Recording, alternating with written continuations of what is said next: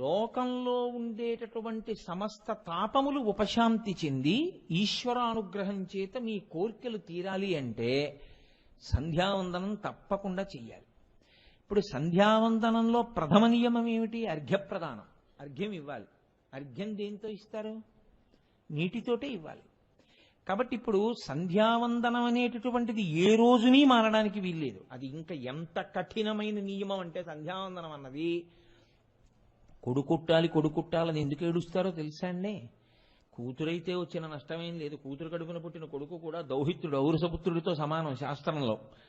కొడుకు పుట్టాలని ఎందుకు ఏడుస్తారంటే ఒకవేళ ఈయన మంచం మించి లేచి స్నానం చేసి సంధ్యావందనం చేసుకోవడానికి వీలు లేనంతగా స్పృహ తప్పి మంచం మీద పడి బ్రతికి ఉంటే, ఇప్పుడు వేళకి సంధ్యావందనం చెయ్యని పాపం ఆయన ఖాతాలో పడకుండా ఉండాలంటే అలా చెయ్యగలిగిన వాడు ఒక్కడే.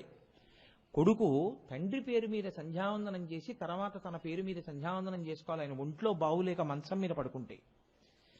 కాబట్టి కొడుకుంటాలని ఎందుకు కోరుకుంటారంటే సంధ్యావందనం అనేటటువంటిది ఆఖరి ఊపిరి ఉన్నంత వరకు కూడా వేళపట్టున చేసి తీరవలసినటువంటి ప్రధాన కర్మ. అది ఇంకా అనుల్లంఘనీయము. దాన్ని విడిచిపెట్టడం అన్న మాట లోకంలో లేదు. ఒకవేళ అథవా ఏదో చాలా కారణాంతరాల చేత సంధ్యావందనం చేయలేపాడు, సాయంకాలం 4 గంటలకు బయలుదేరాలి. 4 గంటలకి బయలుదేరకపోతే తను బయలుదేరినా ఒకటే, బయలుదేరకపోయినా ఒకటే. కాబట్టి ఇప్పుడు 4 గంటలకు బయలుదేరాడు. ఎక్కడ ఆగి సంధ్యావందనం చేయడానికి వీలు లేనటువంటి స్థితి. ఇప్పుడేం చెయ్యాలి? సంధ్యావందనం చేసేవాణ్ణి ఒకడిని పట్టుకుని వాడి ఇంటికి వెళ్ళి, అయా మీరు సంధ్యావందనం చేసి అర్ఘ్యం ఇచ్చినటువంటి జలాలలో కొన్ని తీసి పక్కనుంచండి, నేను రాత్రి ఇంటికి వచ్చిన తర్వాత మీ ఇంటికి వచ్చి తీర్థం పుచ్చుకుంటానని తీర్థం పుచ్చుకుని ఇంటికి వెళ్ళి అప్పుడు తాను ఇతర కర్మ చెయ్యాలి. సంధ్యావందనం అన్నది అంతగా చేయవలసిన కర్మ.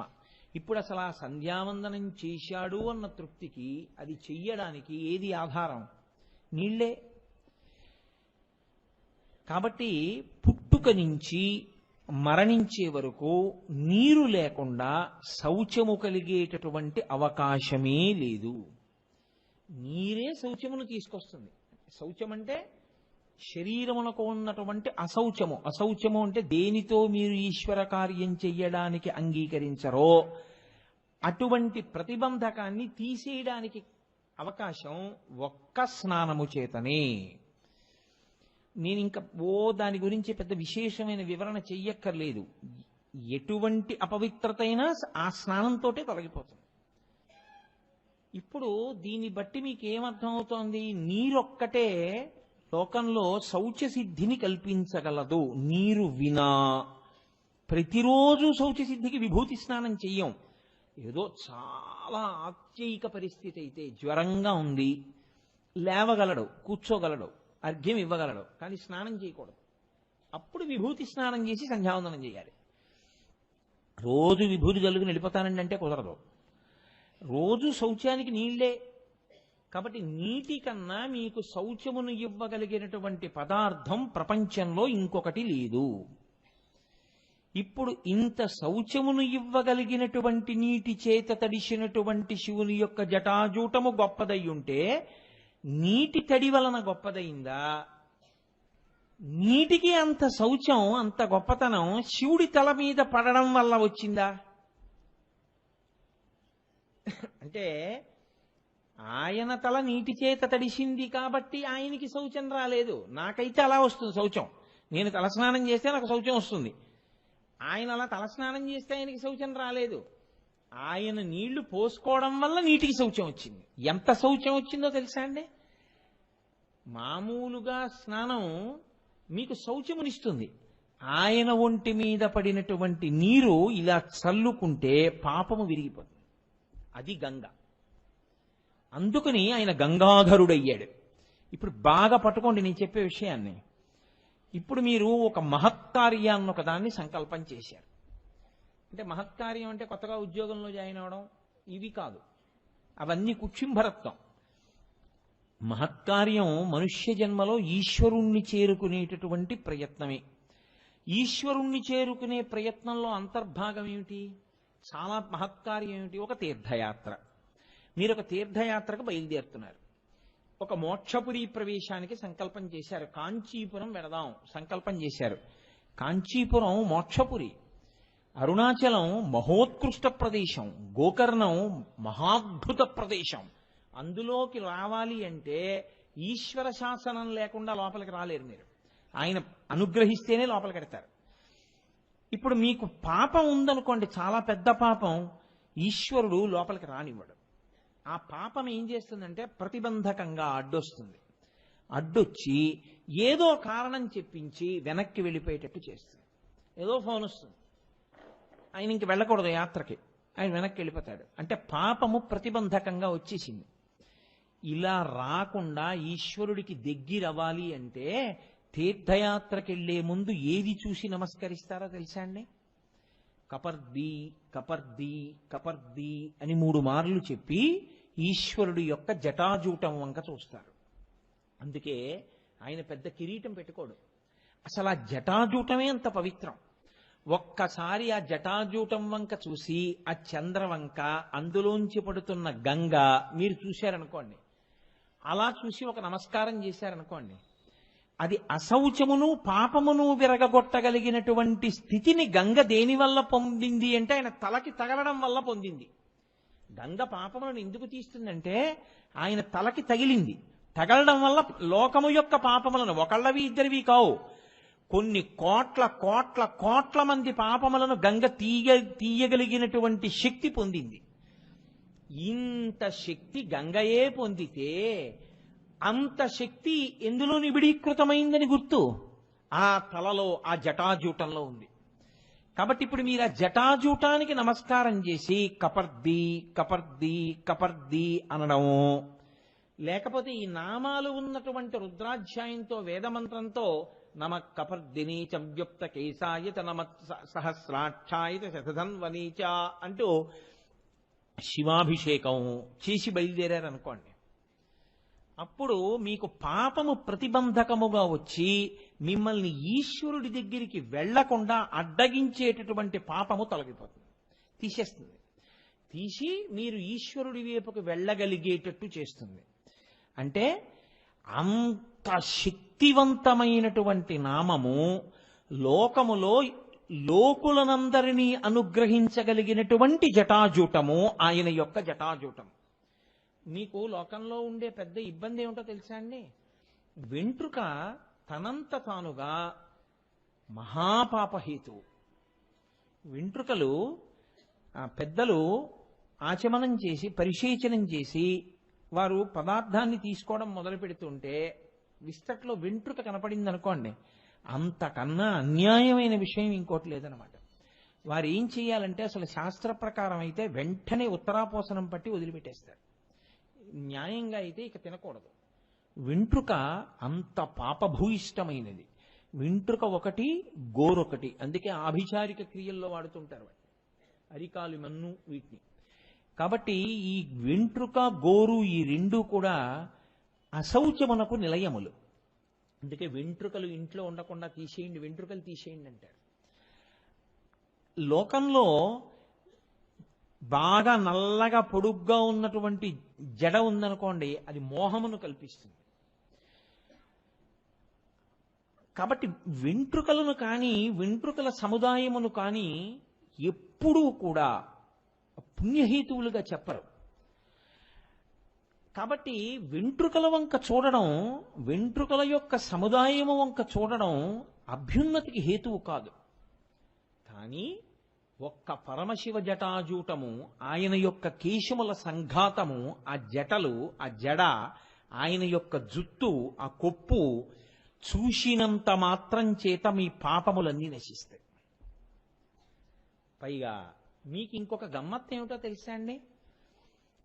అమ్మవారి జుత్తు మీరు దర్శనం చేస్తే అజ్ఞానం పోతుంది. కానీ అమ్మవారి కబరీబంధం కానీ అమ్మవారి జుత్తు కానీ కనపడవు. ఎందుకని అంటే కబరీబంధం ఎక్కడేసుకుంటుంది? వెనక వేసుకుంటుంది కొప్పు. ఈ కొప్పు వెనక్కు ఉంటుంది. మీరు అమ్మవారి గుళ్ళో అమ్మవారి వెనక్కి వెళ్ళి చూడడానికి ఉండదు. 2 ఆవిడ కిరీట ధారణ చేస్తుంది. ఆ కిరీటంలోకి వెళ్ళిపోతుంది కొప్పు. అందుకని ఒక్క ధ్యానంలో తప్ప ఆ కొప్పు కనపడదు. అలాగే ఈశ్వరుడు యొక్క అరికాళ్ళు మీకు ఈశ్వరుడు అనుగ్రహిస్తేనే కనపడతాయి. పరమేశ్వరుడు యొక్క అరికాళ్లలో చాలా గమ్మత్తైన చిహ్నాలుంటాయి. రేఖామయధ్వజుధా కలశాతపత్ర వజ్రాంకుశాంబురుహ కల్పక శంఖ చక్రై భవ్యైరలంకృతతలౌ పరతత్వ చిహ్నై శ్రీవేంకటేశ చరణౌ శరణం ప్రపద్యే అంటాం. అమృతభాండము, నాగలి ఇలాంటివి. ఏది మీరు ఎలా చూస్తారు? కనపడతాయా మీకు? వెంకటేశ్వర స్వామి వారు నిలబడి ఉంటారు, ఎలా కనపడతాయి? మీకు కనపడవు. మీకు కనపడాలంటే ఆయన కూర్చోవాలి. ఆయన కూర్చుని మిమ్మల్ని కింద కూర్చోమనాలి. మీరు కూర్చున్న తర్వాత ఇప్పుడు స్వామి మీ కాళ్ళు పట్టుకుంటానండి నా చేతులతో అన్నారనుకోండి, గృహీత్వా హస్తాభ్యాం శిరసి నయనే వక్షసి వహన్ అంటారు శంకరాచార్యులు వారి శివానంద లహరిలో. మీరు రెండు అరిచేతులతో ఆయన పాదాలు పట్టుకుని వంగి ఇలా కళ్ళకద్దుకుని, అబ్బా ఏమి ఘుమఘుమలయ్యా తండ్రి, పద్మముల చేత అలంకృతమై ఈ సువాసన అని మీరు ఇప్పుడు స్వామి తల మీద పెట్టుకుంటాను అని శృతీనామూర్ధానో దదతి తవయౌ శేఖరతయా మమాప్యేతో మాత శిరసిదయయా దేహి చరణౌ అంటారు శంకరాచార్యులు వారు సౌందర్యలహరిలో. తల మీద పెట్టుకోవడానికి ఇమ్మని అడగాలి. పెట్టుకో అన్నదనుకోండి అమ్మవారో అయ్యవారో ఏ వెంకటేశ్వరుడో, అప్పుడు మీరు మీ తల కింద పెట్టి ఆయన పాదములను మీ తల మీద పెట్టుకోవాలి. పెట్టుకునేటప్పుడు మీరు ఇలా కిందకి చూస్తే అప్పుడు కనపడతాయి ఆ రేఖలు. అందుకే అవి ఎప్పుడు కనపడతాయి? పరమయోగీంద్రులకు భావగోచరమైన సరిలేని పాదాల జంట కంటి. అవి మాంసనేత్రంతో చూసేది కాదు.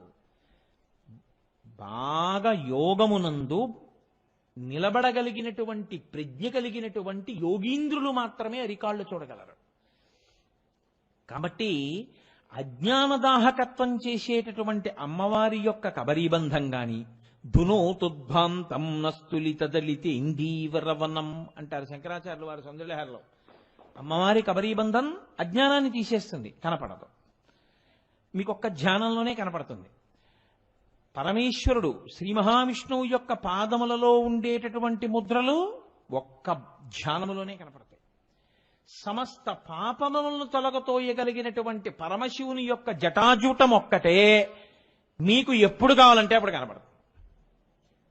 ఎందుకంటే అది ఆయన వెనక్కి వేసుకోడు, వెనక్కి వేసుకునే కొప్పు కాదు, అది ఆయన పైకి కట్టుకుంటాడు ఇలా జటాజూటాన్ని.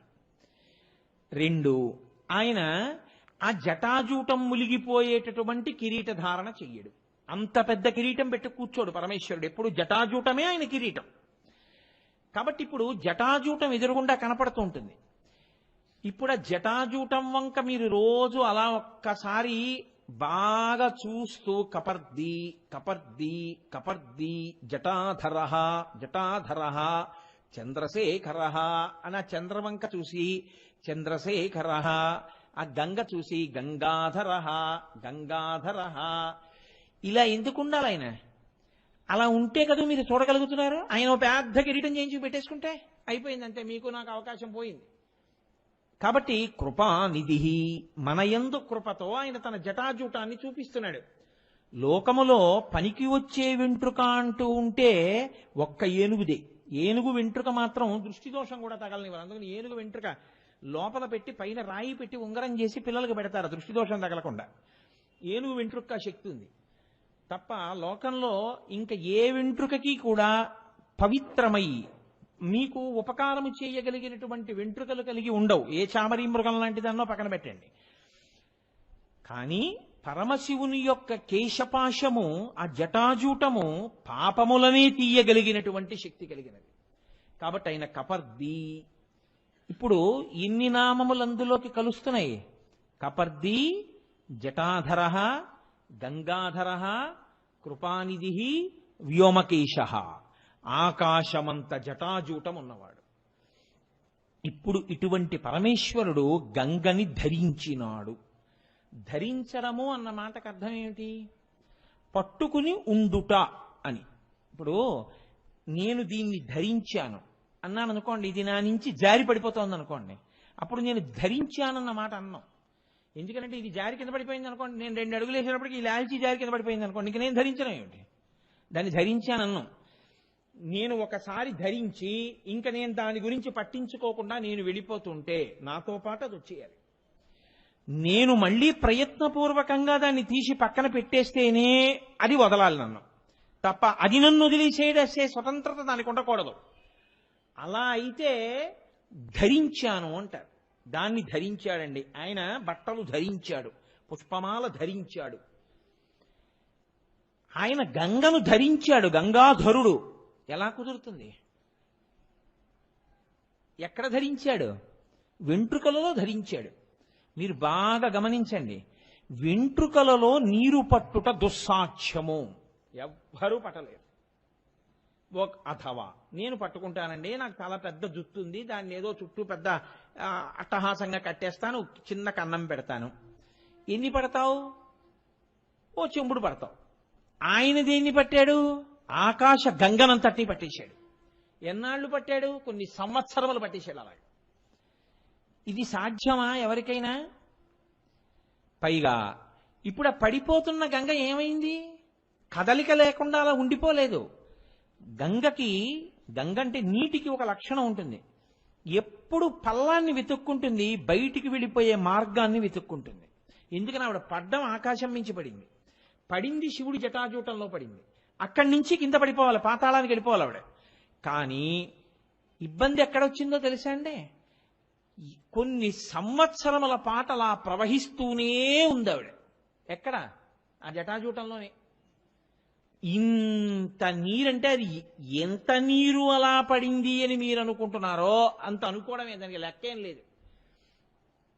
ఇప్పుడు నీరు పడుతోంది, జటాజూటము అలాగే ఉంది.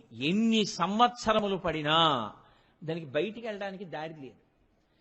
అలా గంగని పట్టగలిగినంత జటాజూటం ఉన్నవాడు లోకంలో ఇంకొకడు లేడు అసలు. ఇప్పుడు ఆయన జటాజూటానికి అంత శక్తి ఉంటే ఆయన శక్తి ఎలా ఉంటుంది? ఇప్పుడు ఆయన శరీరావయముల అంగ ప్రత్యంగముల యొక్క శక్తి ఎలా ఉంటుంది? ఆయన ఎలా ఉంటాడు? అటువంటి వాడు నీళ్లు పట్టడానికి ఒప్పుకోవలసిన అవసరం ఏమిటి జటలో? అది గంగాధర అంటే తాను పట్టగలడు, అట్టె పెట్టగలడు, తాను వదలాలనుకుంటేనే వదలగలడు. ఇప్పుడు పట్టడం వల్ల వదలడం వల్ల ప్రయోజనం ఎవరికి కలిగింది? పట్టడం వల్ల వదలడం వల్ల అహంకారం ఎవరికి వదిలింది?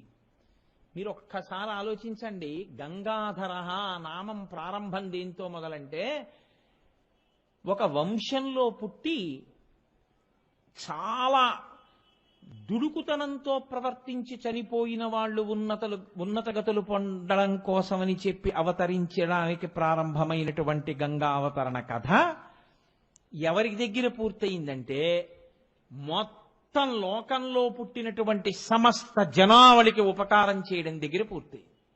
అంటే ఇంకా ఇంత స్థాయిలో ఉపకారం చెయ్యగలిగినటువంటి వాడు ఇంకొకడు ఉంటాడా? ఈశ్వరుడు తప్ప. ఇది ఆయన గొప్పతనం.